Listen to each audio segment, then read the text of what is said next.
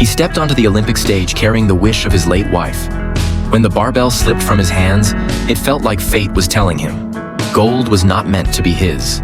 On the sidelines, his rival and coach were already celebrating.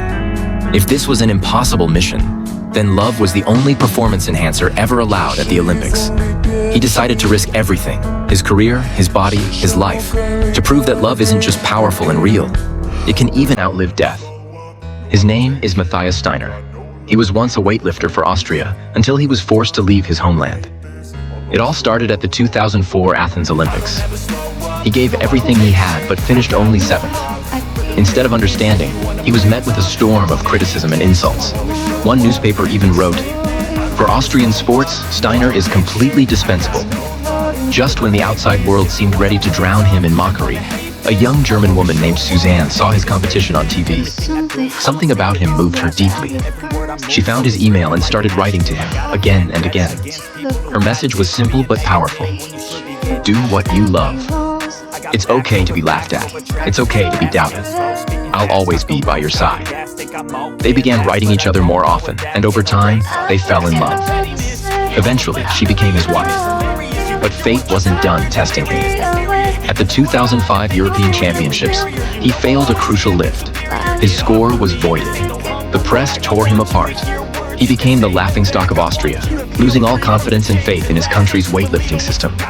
Even though his career was effectively over, Steiner refused to quit.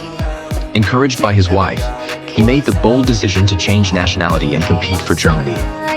That decision cost him 3 years of international suspension, and 3 years with almost no income. Battling diabetes, his weight climbed, forcing him to move up to the super heavyweight class and start over.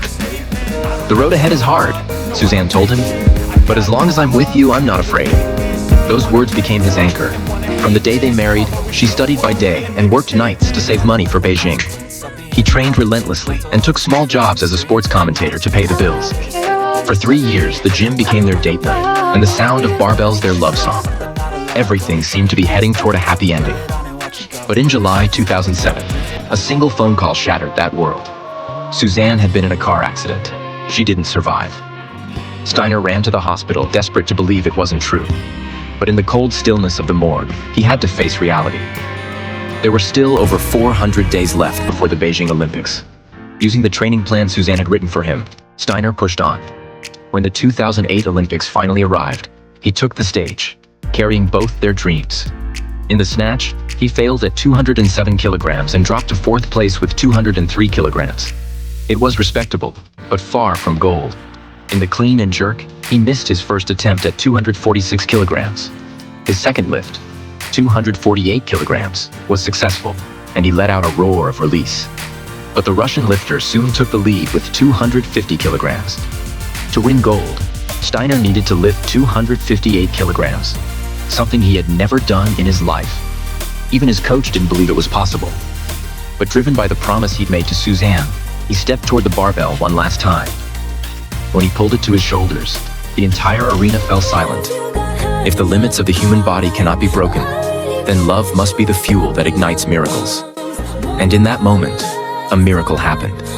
Standing on the top podium, he raised the gold medal with one hand and held Suzanne's photo with the other.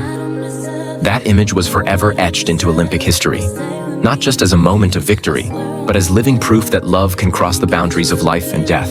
And sometimes, love itself is the greatest strength a human can lift.